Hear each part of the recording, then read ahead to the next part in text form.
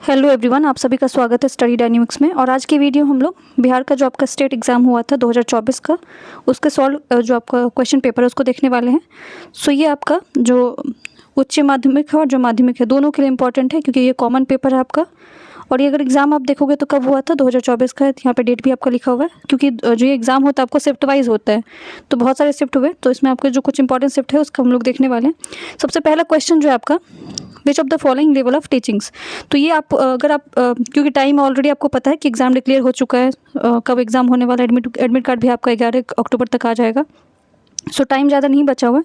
Teaching aptitude में अगर आपने बीएड वगैरह में पढ़ा हुआ है तो उसको रिवाइज कर सकते हो, और कुछ इंपॉर्टेंट चीज़ें हैं जो जिस पे आप ध्यान रख सकते हो, और आप ये वाला क्वेश्चन पेपर जो इसमें गलत नहीं होगा आपका। सबसे पहले कुछ अगर देखा जाए तो एक तो थ्योरीज वगैरह, जो आपको सिद्धांत बहुत आते हैं एग्जाम में, पूछा जाता है कि ये सिद्धांत किसने दिया हुआ था।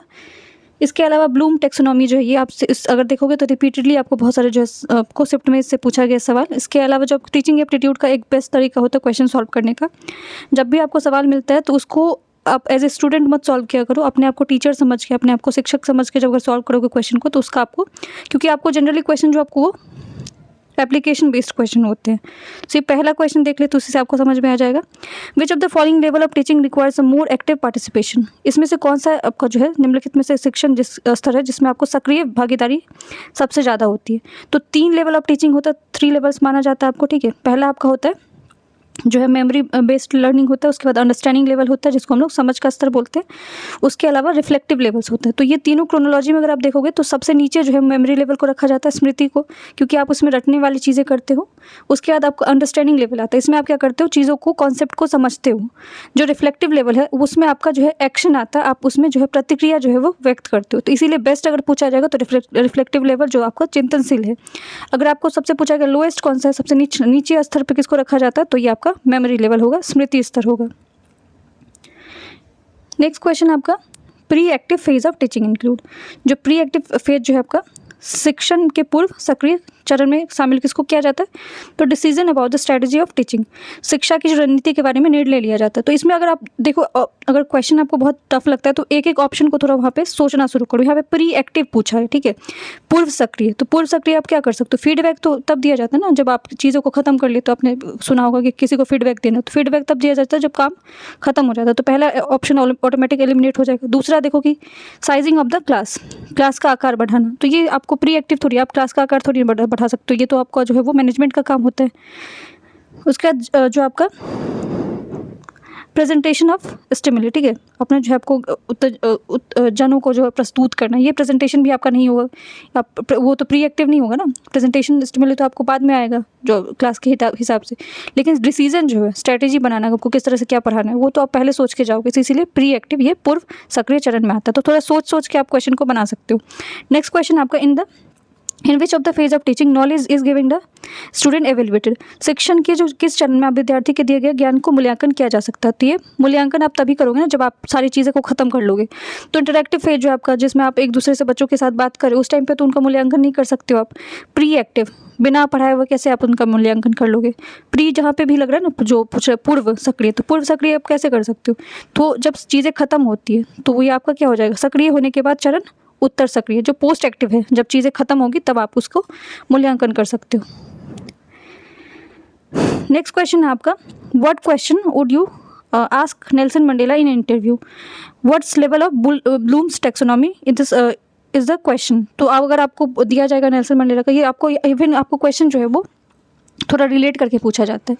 तो अगर नेल्सन मंडेला का आप इंटरव्यू लोगे तो वो किस तरह का होगा, एप्लीकेशन बेस्ड ही होगा ना, आप उसमें क्या कर रहे हो, आप चीज़ों को अपना नॉलेज अप्लाई करोगे वहाँ पे इंटरव्यू में, तो एप्लीकेशन बेस्ड हो जाएगा।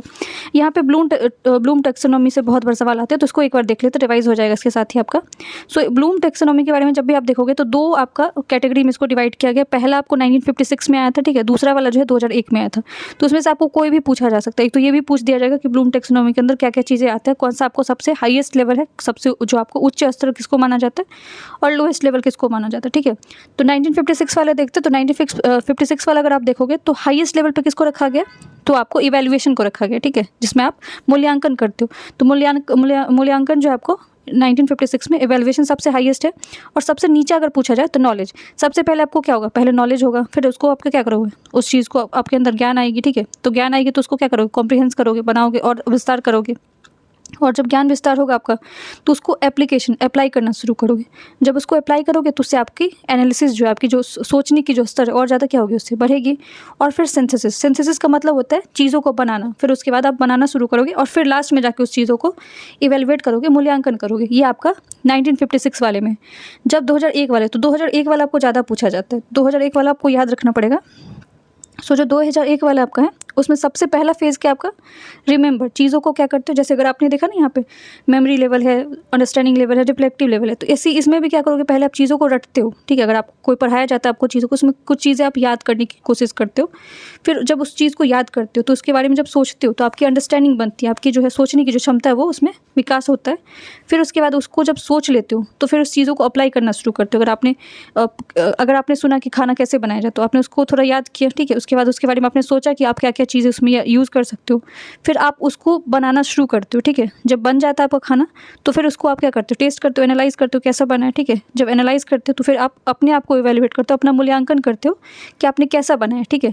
और फिर अगर अच्छा बन जाता है तो फिर उसके बाद आप क्या करते हो, उसमें क्रिएटिविटी करते हो, उसमें और चीज़ें जोड़ते हो, उसमें आप वो आपका ओरिजिनल चीज़ हो जाता है। तो अगर हाईएस्ट पूछा जाए 2001 वाले में तो क्रिएटिव सबसे हाईएस्ट है। अगर लोएस्ट पूछा जाए तो रिमेंबर, जो आपका याद रखना जो है वो सबसे लोएस्ट है। और ये मोस्ट प्रोबेबल चांस है कि आपको इसमें वापस से पूछा जाएगा, क्योंकि आपका जो जो टीचिंग एप्टीट्यूड है उसका ये आधार जो माना जाता है।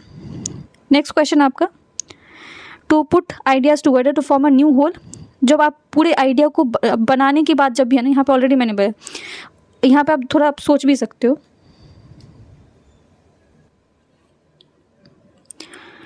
नेक्स्ट क्वेश्चन है आपका यहाँ पे सिंथेसिस के बारे में। अब यहाँ पे पूछा गया कि अगर आप बहुत सारे आइडिया को एक साथ, विचारों को मिला लेते हो तो उसमें आपको क्या बनता है। बनने की बात जब भी आती है ना तो आप इवैल्यूएशन, मूल्यांकन में आप कुछ बना तो नहीं सकते, उसमें आप तो चीज़ों को सोचते हो, विचारते हो। एनालाइज में आप क्या करते हो, इसमें भी सोचते हो। एप्लीकेशन में आप क्या करते हो, एक्शन में आते हो, चीज़ों को अप्लाई करना शुरू करते हो। सिंथेसिस अगर आपको नहीं याद है तो आप फोटोसिंथेसिस आपने सुना होगा, संश्लेषण सुना होगा, जिसमें जो प्लांट जो है, जो पौधे हैं वो अपना खाना बनाते हैं। तो सिंथेसिस का मतलब ही होता है नई चीज़ों को बनाना।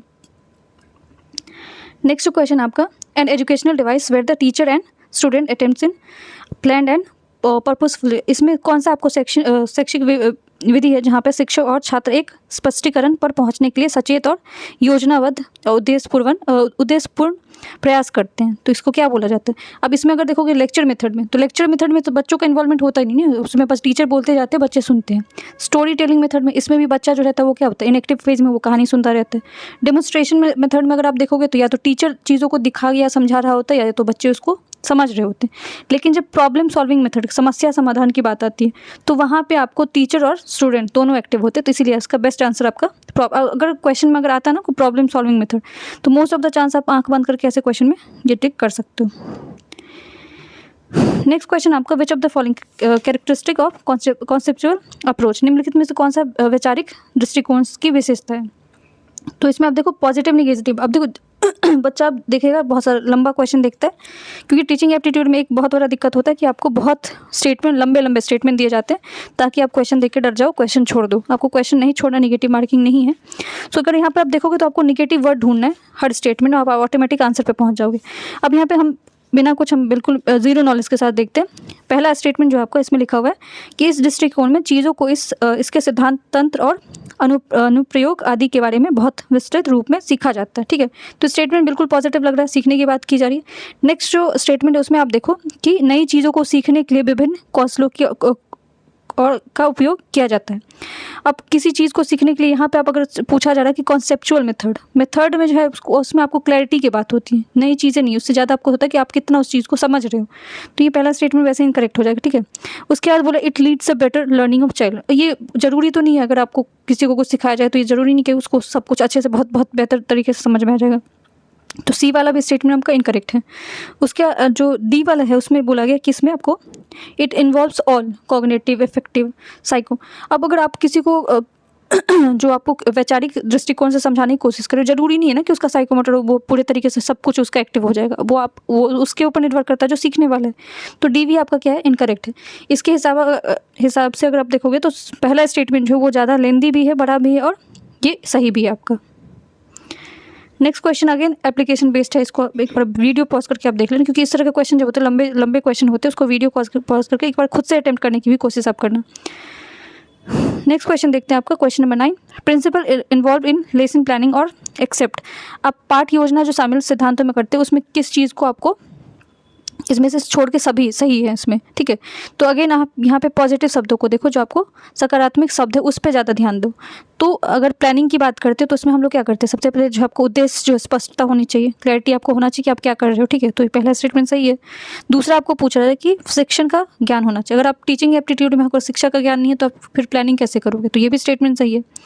डी स्टेटमेंट देखो, नॉलेज ऑफ पीपल, आपको विद्यार्थी का ज्ञान होना चाहिए। आप जिस विद्यार्थी को पढ़ाने वाले उनके बारे में आपको पता होना चाहिए। क्लास में तो यही होता है ना, टीचर को अपने स्टूडेंट के बारे में पता होना चाहिए कि वो किस तरह का आपका नॉलेज रखता है या फिर आपको किस तरह से उसको पढ़ाना है।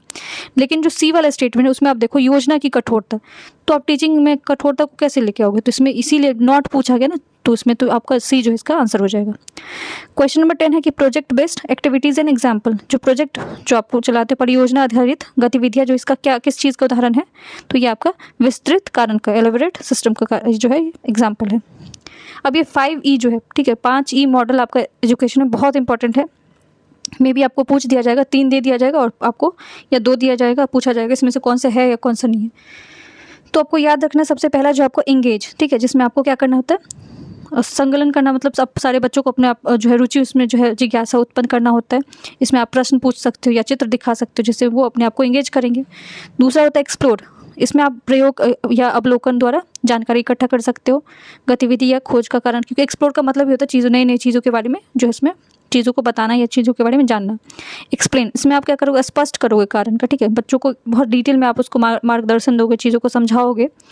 फिर विस्तृत, इसका नाम ही विस्तृत है, तो इसमें आप सीखी गई बातों को नए संदर्भ को लागू करने की कोशिश करोगे, परियोजना, रिपोर्ट, पोस्टर आदि ये सब बनवाओगे।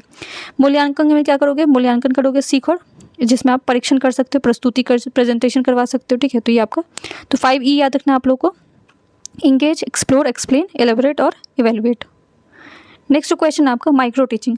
अब अगर जो भी जितना भी 2024 का एग्जाम का जितना शिफ्ट हुआ ना, सब में आपको माइक्रो टीचिंग से एक ना एक क्वेश्चन आया हुआ है, ठीक है। सो सबसे पहला क्वेश्चन तो यही आपको कि who is the father of micro teaching, तो माइक्रो जो आपको जिसको सूक्ष्म शिक्षण विधि बोलते हैं, इसके जनक किसको बोला जाता है, तो D.W. एलन और कीथ एचिसन को बोला जाता है, ठीक है। तो ये नाम याद रखना आपको, D.W. एलन और कीथ एचिसन। नेक्स्ट क्वेश्चन आपका कि the advantage of group discussion. अब जो ग्रुप डिस्कशन आप अपने आप को यहाँ पर रखो और सोच के देखो कि ग्रुप डिस्कशन आप करते हैं तो उससे क्या आपको क्या लाभ मिलता है। सबसे पहले डी ऑप्शन से देखते एलिमिनेट करना शुरू करते हैं। तो सबसे डी वाला ऑप्शन देखो कि knowledge gain in this method is directly, अब directly through the efforts of children से कैसे हो सकता है डिस्कशन में से डायरेक्ट जो आपको नॉलेज गेन का तो मतलब ही नहीं बनता है। नेक्स्ट जो ऑप्शन आपका सी है, इसमें आपको क्या होता है, लेस इक्विपमेंट और फियर मटेरियल्स, आपको कम चीज़ों के लिए होता है, इसमें भी कोई मतलब नहीं है। पॉजिटिव स्टेटमेंट को ढूंढने की कोशिश करो, इट हैज़ अवेलेबिलिटी। अब यहाँ पे इसमें आपको लिखा है कि इस चर्चा के पद्धति में तहत उपकरणों की उपलब्धि होती है, ये भी आपको गलत है। पहला स्टेटमेंट देखो, अब इसमें बोला जा रहा है कि ये जो आपको चर्चा तहत मुद्दों को बहुअनियमितता और प्रकाश डालता है। इसमें आपको मल्टी डायमेंशनल नॉलेज पता, अगर आप मान लो कि ग्रुप डिस्कशन करते हो तो आप ग्रुप डिस्कशन के अंदर ही आपको डिफरेंट ग्रुप के अंदर बहुत सारे अलग अलग तरह के लोग होते हैं, तो उनके जो सोचने की नज़रिया वो भी तो आपको पता चलता है। एडवांटेज ही पूछा गया, तो इसमें आपका ये आंसर हो जाएगा। नेक्स्ट क्वेश्चन आपका team teaching leads to the, team teaching जब आप करवाते हो तो उसमें आपको या टीम शिक्षण जो करवाते हो उसका एकीकरण कैसे होता है, तो करिकुलम या पाठ्यक्रम से होता है। नेक्स्ट क्वेश्चन आपको कि यहाँ पर डैश दिया हुआ कि एग्जिबिट, इसमें से कौन सा ऐसा एक व्यवस्था है जो कि बुनियादी स्तर पे प्रदर्शित करना है लेकिन शिक्षा सभी इसमें बनाए रखने के लिए संघर्ष करता है।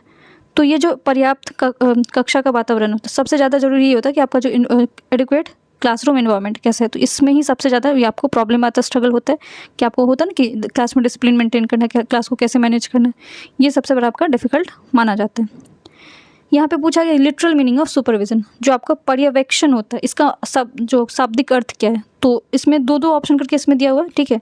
तो सबसे पहले आपका सुपीरियर नॉलेज प्लस पावर, तो यहाँ पे सुपरविजन लिखा है ना, पर्यवेक्षण, तो जो वही लोग कर सकते हैं जो आपसे सुपीरियर नॉलेज वाले होंगे, ठीक है, और उनमें पावर ज़्यादा होगा, तो पावर भी और सर्विस दोनों में है, तो इसको एलिमिनेट करके आप ये आंसर पर पहुँच सकते हो। Next question the intervention needed for creativity talented children, कक्षा में जो सृजनात्मक और प्रभावशाली बच्चों के लिए आप आवश्यक क्या कर सकते हो, तो उसमें यूज़ कर सकते हो आप किस चीज़ का, शिक्षा द्वारा अनुकूलता और प्रेरक निर्देशक तरीकों का उपयोग, तो ये सबसे पॉजिटिव लग रहा है। आप giving extra time to them, तो आपके पास खुद टाइम का शॉर्टेज रहेगा, आप टाइम दे दोगे तो उससे आपका क्या मतलब है, घंटों पढ़ा दोगे, अगर उसको समझ में नहीं है तो मतलब नहीं बनता। क्रिएटिविटी आप तभी ला सकते हो जब आप उसमें क्या करोगे, अपनी जो शिक्षा का जो मेथड है उस पर ज़्यादा ध्यान दोगे और निर्देश के अनुसार अपना उपयोग करोगे। नेक्स्ट क्वेश्चन आपका, the children in a classroom consider to be the motivator. आप कैसे उसको मोटिवेटेड रख सकते हो, प्रेरित कैसे रख सकते हो? तो they come to the school neat, उसको अच्छा ड्रेस पहन के आया तो उससे मोटिवेशन का तो मतलब नहीं बनता है। दे maintain discipline in the class, अब क्लास में डिसिप्लिन बच्चा मेंटेन करता है, उससे उसको उसका मोटिवेशन नहीं रहेगा, ठीक है। रेगुलर अटेंडेंस, इससे भी उसका मोटिवेशन प्रेरणा नहीं हो सकता। लेकिन अगर they ask question seeking clarification from the teacher, अगर वो कंटिन्यूसली आपसे सवाल जवाब कर रहा है तो उसका मतलब वो प्रेरित है, आपसे समझ में आ रहा है, तभी वो आपसे सवाल जवाब कर रहा है और ये एक्टिव है। नेक्स्ट क्वेश्चन आपका, नॉलेज ऑफ काउंसलिंग। तो जो आपका परामर्श कौशल का ज्ञान शिक्षा के लिए आवश्यक क्यों होता है? क्योंकि इससे आपको जो प्रमोट करता है स्टूडेंट का लर्निंग और वेलबींग।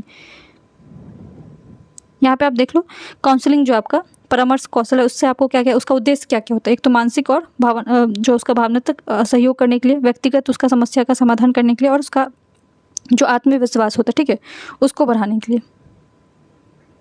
नेक्स्ट क्वेश्चन आपका, teacher should be prepare teaching points because. अब कोई टीचर अगर टीचिंग पॉइंट बना के लेके जाता है उसका उद्देश्य क्या रहता है? In knowing the words to teach. अब यहाँ पे देखो सेविंग टाइम, ऐसा तो नहीं आप अगर अपना नोट्स बना के लेके जा रहे हो तो अपना टाइम सेव थोड़ी नहीं करोगे, वहाँ पे बच्चा हो सकता है आपको 2 घंटा और पूछ ले, तो टाइम का तो मतलब ही नहीं बनता है। क्लास में डिसिप्लिन से कोई मतलब नहीं है। इन मेकिंग टीचिंग इफेक्टिव, यहाँ पे आपको सी और डी में कन्फ्यूजन हो सकता है, लेकिन मोस्ट अप्रोप्रिएट आपको आंसर ढूंढना है। तो मोस्ट अप्रोप्रिएट आंसर क्या होगा कि आपको इससे ये पता है, अगर टीचिंग आपने बना के पॉइंट्स बना लिए तो आपको एक्जैक्टली पता रहेगा कि आपको इस क्लास में बच्चों को पढ़ाना क्या है। Next question, objective of the teaching. तो आपका शिक्षा का उद्देश्य क्या होता है? तो किसी क्वेश्चन में अगर ऑल ऑफ द अबव आ रहा है ना, ठीक है, जिसमें से बोला जाए कि इसमें से सभी हैं, तो आपको 99% ऐसा होता है कि आंसर आपका वही होता है, ठीक है। क्योंकि आप देखोगे यहाँ पे बहुत सारे क्वेश्चन होंगे जहाँ पे अगर ऑल ऑफ द अबव है तो उसका आंसर वही हुआ है। क्वेश्चन नंबर 1 है आपका 21 है कि limited the quantitative description of the peoples. छात्र के प्रदर्शन के लिए आपको मात्रात्मक विवरण तक सीमित कौन सा हो सकता है? टेस्ट से आपको जो है वो क्वांटिटी थोड़ी मिलता है, यहाँ पे क्वांटिटी और क्वालिटी के बारे में बात किया है, ठीक है। टेस्ट से तो आपको बच्चा को क्वालिटी पता चलता है कि वो कितना पढ़ने वाला है, ठीक है। असेसमेंट से भी उसका क्वालिटी ही पता चलता है आपको। इवैल्यूएशन करोगे, मूल्यांकन करोगे, तभी उसका क्वालिटी ही पता चलेगा। लेकिन क्वांटिटी अगर पता करना है कि उसके दिमाग का IQ लेवल कितना है, तो आप मेजरमेंट मापना शुरू करोगे, ठीक है, जिसमें आप उसको 10 नंबर देख सकते हो, 20 नंबर देख सकते हो। ये उसका क्या हो सकता है, आपका मापन हो सकता है। 22 क्वेश्चन है आपका, असेसमेंट फॉर लर्निंग अकर्स। अधिगम के लिए मूल्यांकन किया जाता है। कैसे किया जाता है? आपको जब आप चैप्टर खत्म करते हो तभी मूल्यांकन करते होगे, ठीक है। जब जैसे आपने एक पहला चैप्टर पढ़ा है, एक लेसन पढ़ा है, उसके बाद लास्ट में क्या करते हो, उसको मूल्यांकन करते हो। Ongoing dialogue between the teacher and student during the learning process, जो सीखने की प्रक्रिया दौरान शिक्षण और छात्र के बीच में संवाद होता है। तो यूनिट टेस्ट के बारे में आपने बहुत सुना होगा कि तो ये आपको किस तरह का होता है, फॉर्मेटिव होता है, इसको रचनात्मक में बोलते हैं, ठीक है। अब ये आपको कंटिन्यूसली आपका चैप्टर चल रहा है, ठीक है, आपका एक यूनिट खत्म हुआ फिर दूसरा यूनिट, तो आप ये फॉर्मेटिव असेसमेंट करते हो। सबमेटिव आपका कब होता है? जब आपने सुना होगा हाफ ईयरली वगैरह के बारे में, जो 6 महीने पे बच्चों का टेस्ट होता है। Psychologically foundation play its role in the development curriculum in the view of. पाठ्यचर्या जो होता है उसमें मनोविज्ञान का बहुत बड़ा आधार होता है। क्यों होता है? क्योंकि स्टूडेंट का इंटरेस्ट बढ़ाता है, नीड्स बनाता है। तो ये देखो ऑल ऑफ द अबव फिर से सही हो गया इसका आंसर। नेक्स्ट क्वेश्चन आपका सोशियोलॉजिकल फाउंडेशन। अभी समाज शास्त्र के बारे में, तो नाम में ही समाज शास्त्र है, तो इसका किससे एसोसिएशन होगा? सोसाइटी से होगा, समाज से होगा। तो ये तो थोड़ा कॉमन सेंस से भी आप क्वेश्चन को सही कर सकते हो। विच ऑफ द फॉलोइंग, अगेन देखो यहाँ पे नॉट लिखा हुआ, अगर नॉट नहीं देखोगे ना तो फिर क्वेश्चन गलत हो जाएगा। इसमें लिखा है कि निम्नलिखित में से कौन सी सेक्शन तकनीकी नहीं है, ठीक है।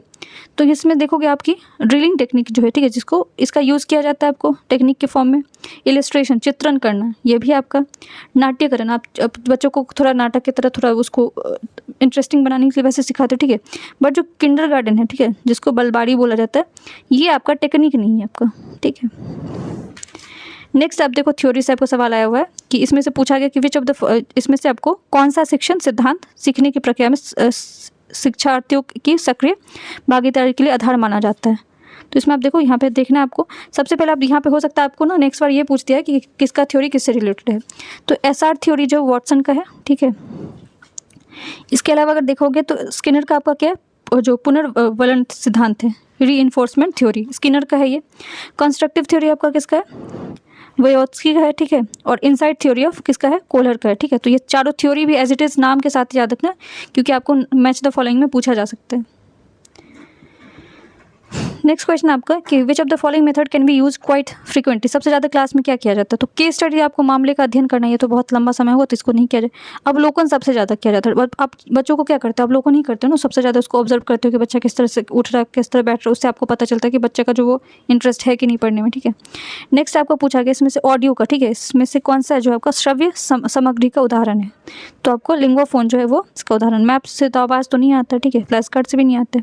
Teacher should be careful in planning and visualize the use of it. अब जब भी आप शिक्षा की सामग्री को देखते हो उसमें आपको सावधानपूर्वक चीज़ों का यूज़ करना होता है। क्यों करना, कैसे करते हो, बिफोर इट्स एक्चुअल प्रेजेंटेशन। उसको यूज़ करने से पहले ही सोचोगे ना, उसको यूज़ करने के बाद तो नहीं सोचोगे।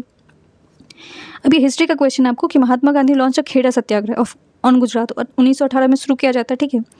अब ये किस चीज़ से एसोसिएटेड था, ये भूमि स्वामी से, लैंडलॉर्ड से एसोसिएटेड था।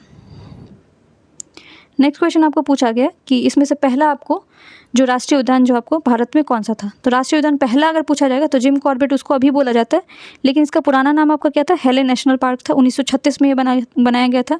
इसका नाम चेंज किया गया था बाद में, ठीक है।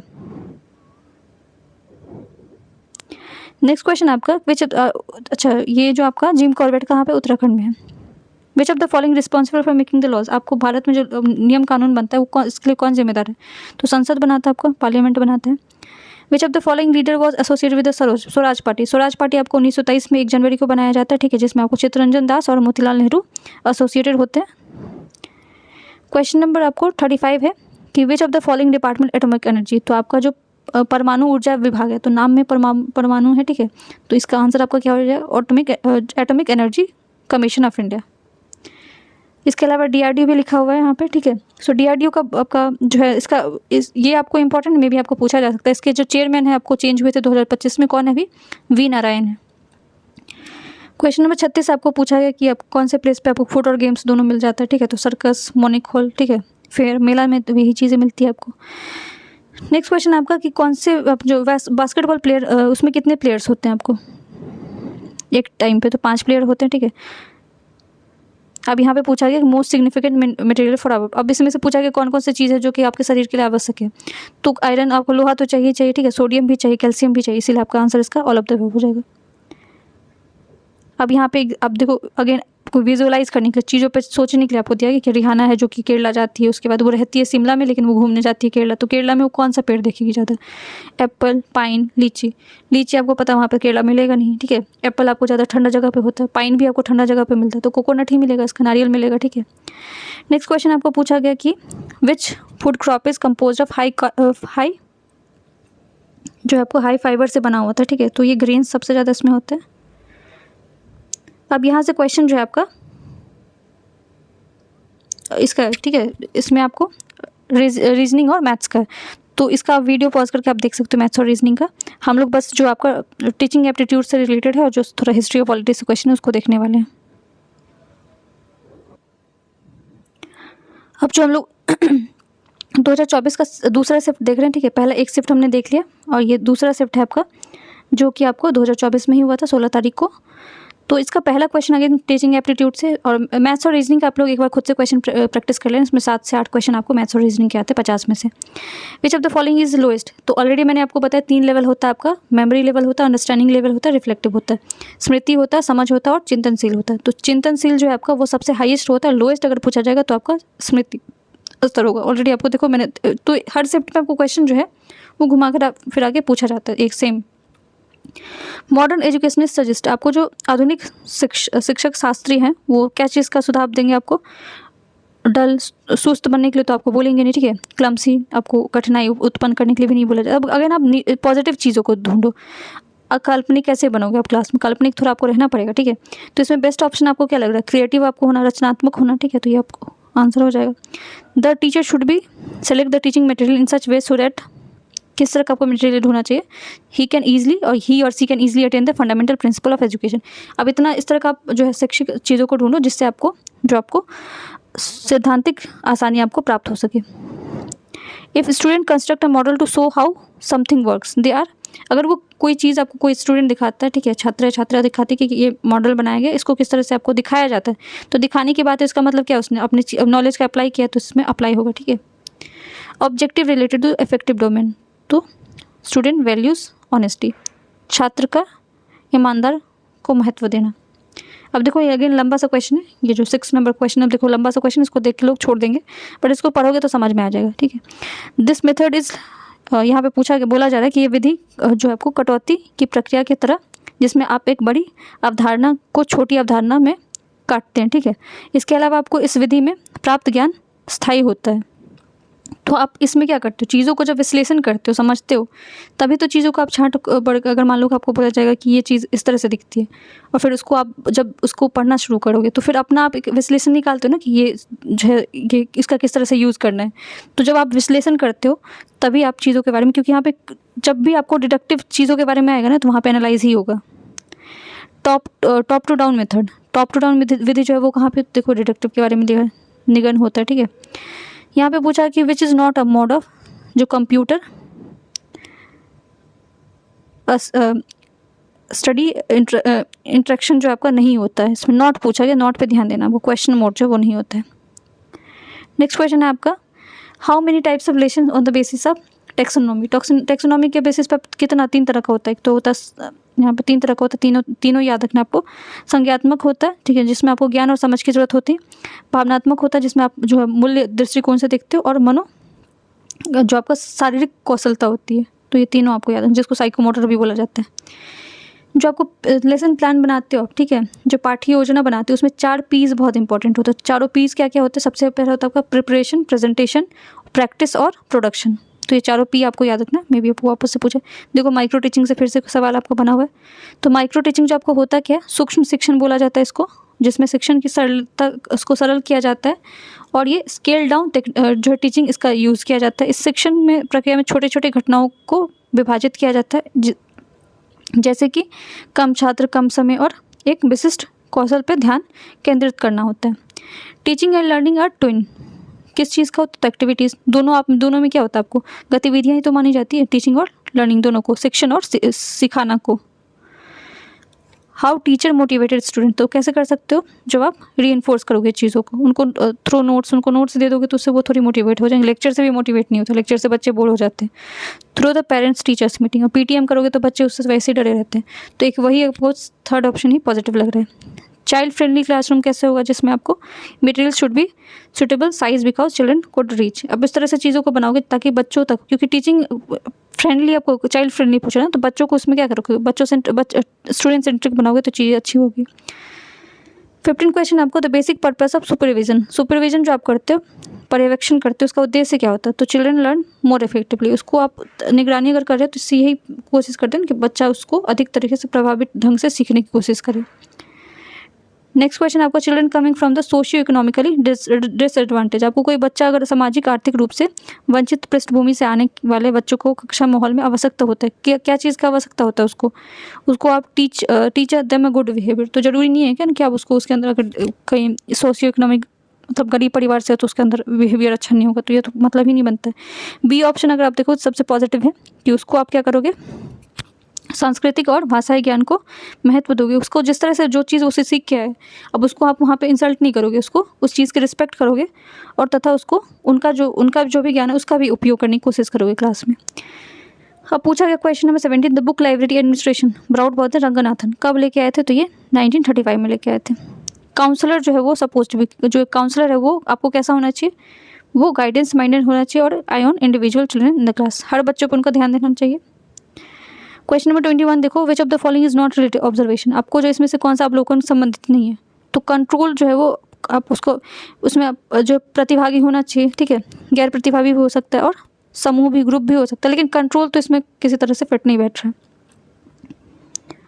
अब देखो नेक्स्ट क्वेश्चन आपका पूछा है कि विच of the following, question number 19, which of the following characteristic of project based teaching, तो इसमें आपको क्या होता है, इट इंक्लूड्स द फिजिकल और मेंटल एबिलिटी। अब देखो सबसे अगर अप्रोप्रिएट आंसर देखोगे ना, तो इसमें पहला स्टेटमेंट आप देखो साइकोलॉजिकल बोला, नॉन साइकोलॉजिकल, तो शिक्षा में तो आपको मनोविज्ञान की बहुत ज़रूरत होती है, तो पहला तो गलत हो गया। दूसरा बोल रहा है कि यह सैद्धांतिक होगा, तो बस थ्योरी से, सिद्धांत से चीज़ें नहीं चलती हैं। सी ऑप्शन देखो, it does not give freedom to the student to work, फिर अगेन निगेटिव स्टेट नॉट है, ठीक है। डी देखो ऑप्शन, तो इसमें आपको फिजिकल मेंटल एक्टिविटी दोनों की बात की, तो इससे आंसर हो जाएगा। तो कुछ क्वेश्चन का आंसर जो है वो पॉजिटिव निगेटिव स्टेटमेंट ढूंढ के आप आंसर तक पहुँच सकते हो। क्वेश्चन नंबर 20 आप देखो, अगेन बहुत लंबा सा क्वेश्चन है कि इसमें पूछा जा रहा है आपको कि यदि उत्तर पुस्तिका एवं मूल्यांकन पढ़ाने वाले शिक्षक के अलावा किसी अन्य शिक्षक द्वारा किया जाता है तो उसे निम्नलिखित में से क्या बोला जाता है। तो student will not given unjust, अगर मान लो कि अगर आप पढ़ा रहे हो क्लास में, ठीक है, और आपको किसी और क्लास का बच्चा को कॉपी चेक करने के लिए मिल जाता है, तो उससे क्या इम्पैक्ट हो सकता है।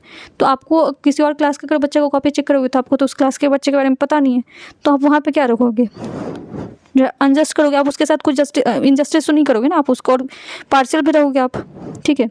छात्रों के साथ अन्यायपूर्ण और पक्षपूर्ण व्यवहार नहीं किया जाएगा, आप नहीं कर सकते ना, आपको पता ही नहीं कि बच्चा कौन है, तो आपके लिए सारा बच्चा बराबर रहेगा, तो आप उसी हिसाब से उसकी कॉपी के बेसिस पे मार्क्स दोगे। बट अगर आपके क्लास का बच्चा को कॉपी आपको मिलता है तो आपको तो दिमाग में पहले से बना हुआ ना कि आपके क्लास में किसी बच्चे ने बदमाशी किया, तो हो सकता है आप उसका मार्क्स क्या कर दोगे, कम कर दोगे। नेक्स्ट क्वेश्चन आपको, which of the following is not related to observation, इसमें से आपको अवलोकन से नहीं है, तो ये ऑलरेडी मैंने बता दिया सबको। इन एमसीक्यू स्टेटमेंट प्रॉब्लम, ये एमसीक्यू में जो आपको समस्या का कथन होता है उसको क्या बोला जाता है, तो स्टेम बोला जाता है। इवैल्यूएशन जो आपको किया जाता है, ठीक है, पाठ्यचर्या विकास के बाद जो सामग्री में सुधार किया जाता है उस उपयोग किया जाने वाला क्या होता है आपको, summative evaluation. Psychological foundation of curriculum helping, आपको जो पाठ्यक्रम में मनोवैज्ञानिक आधार पाठ्यचर्या वो किस चीज़ से होता है, लर्नर बेस्ड होता है। How would you make your student independent, आप अपने जो बच्चों को विद्यार्थियों को कैसे स्वतंत्र कर सकते हो। गिव रिस्पॉन्सिबिलिटी टू एवरीवन, क्योंकि अगर क्लास में कुछ जिम्मेदारी बच्चों को बांट देते हो तो उससे वो क्या हो सकते हैं, जो विद्यार्थी जो है आपको स्वतंत्र हो सकते हैं। लेकिन अगर उसको ऑर्डर दोगे एक्सपेक्टिंग ओबीडियंस, इस तरह से उसको ऑर्डर दोगे, ऑर्डर देने से बच्चा कभी नहीं बनता, ठीक है। इग्नोर करोगे उसके छोटे छोटे चीज़ों और इसके बाद solving their problems for them, अब उसकी अगर खुद ही उसका प्रॉब्लम आप सॉल्व कर दोगे तो इंडिपेंडेंट थोड़ी बनेगा वो। व्हाट वुड यू डू, यहाँ पे बोला यदि आप देखें कि आपके कक्षा में छात्र उल्लंघन, ठीक है, आपको चीज़ों को नहीं मानते, ठीक है, तो उसको आप कैसे उसको सुधार सकते हो। Provide them a chance to physical activity, उसको उससे थोड़ी हो जाएगा। उसको डांटोगे तो डांटने से बच्चा और ज़्यादा वो क्या हो जाता है, रिजिड हो जाता है। कुछ देर के लिए उसको पढ़ाना बंद कर दो, उससे भी उसको कोई असर नहीं होने वाला। उसको क्या करोगे आप, give a command seeking attention, ध्यान आकर्षित करने के लिए उसका एक आदेश दोगे, ठीक है, ठीक। नेक्स्ट क्वेश्चन आपका कि विच of the policy was introduce इन 1975, आपको इसमें से कौन सी जो योजना नीति है उसको 1975 में दिया गया था। तो curriculum based 10th year school जो ये आपका आया था। इसके अलावा दो तीन जो आपको ऑप्शन में वो भी याद कर लेना आप लोग। कोठारी कमीशन आपको 64 से 63 के बीच में आया हुआ था। मैकेले रिपोर्ट जो वो कब आया था, ये 1835 होगा, ठीक है, 1935 नहीं, इसको करेक्ट कर लेना आप लोग, 1835 होगा। राधाकृष्णन रिपोर्ट आपको कब आया था, 1948 में आया था। चौक का जो यूज़ किया जाता, ठीक है, चौक और बोर्ड का जो यूज़ किया जाता सेक्शन सहायक सामग्री में किस तरह का आपको दृश्यक होता है, आप देखती हो ना उसको, सुनते तो नहीं हो। अब देखो यहाँ का हिस्ट्री का क्वेश्चन आपको पूछा कि किसने आपको जो है जालियांवाला बाग में वसंत नाम के किस कवित्री ने कविता लिखी थी, तो ये सुभद्रा कुमारी चौहान ने लिखी थी। विच ऑफ द फॉलोइंग, सबसे कौन सा ऐसा स्टेट है जहाँ पे सबसे कम आपको फॉरेस्ट मिलता है, वन मिलता है, तो यहाँ पे पंजाब ऑप्शन के हिसाब से हो जाएगा। यहाँ पे पूछा गया कि आपको निम्नलिखित में से कौन सा एकात्मक शासन प्रणाली का उदाहरण है, तो ये श्रीलंका होगा आपका। नॉट पूछा गया जो आपको इसमें से कौन से ऐसे नेता जो कि आपको चंपारण सत्याग्रह से आपको रिलेटेड नहीं थे, तो जयप्रकाश नारायण होंगे। इसके अलावा अगर देखा डॉक्टर राजेंद्र प्रसाद थे, अनुग्रह नारायण भी थे और जेपी कृपलानी भी थे। क्वेश्चन नंबर 35 आपको, which of the following below A novel of Rabindranath Tagore, इसमें से रविन्द्रनाथ टैगोर कौन सा लिखा है उन्होंने, तो ये आपका गोरा जो है, ठीक है, वो उन्होंने लिखा है। इसके अलावा अगर गीतांजलि जो है ये भी आपको रविन्द्रनाथ टैगोर का, इसी के लिए उनको क्या जो है वो नोबेल प्राइज़ मिला हुआ था 1913 में, और ये पहले आपको एशियन थे जिसको नोबेल प्राइज़ मिला था, ये भी याद रखना आप लोग। In the game of lawn tennis team mates mix double होता है आपका, इसमें क्या होता है, तो एक मेल होता है एक फीमेल होते हैं। जो इंसान आपको डिफेंड करता है कोर्ट में तो उसको क्या बोला जाता है, लॉयर बोला जाता है, तो ये क्वेश्चन है। जो प्लेग होता है आपको बीमारी, वो किस चीज़ के कौन से जो है किस चीज़ की वजह से होता है, तो ये आपको जीवाणु की वजह से होता है, बैक्टीरिया की वजह से होता है। अब यहाँ पे पूछा कि इसमें से कौन सा जो बीमारी हो मच्छर के काटने की वजह से, मॉस्किटोज की वजह से होता है, तो चिकनगुनिया, डेंगू और मलेरिया। तो कुछ आपको इधर देखोगे तो ईजी क्वेश्चन भी आता है। अब change of water into vapour, पानी जो आपको जल जो है वो आपको किस चीज़ में होता है, जल वाष्प में जो परिवर्तन हो उसको क्या बोला जाता है, इवापोरेशन बोला जाता है, वाष्पीकरण बोला जाता है। अगेन यहाँ से आप देखोगे तो 41 से लेके आपको 50 तक जो क्वेश्चन नंबर, मतलब 10 क्वेश्चन जो आपको रीजनिंग और मैथ्स से क्वेश्चन है। तो अगेन उसको वीडियो पॉज करके आप लोग खुद से प्रैक्टिस कर लेना।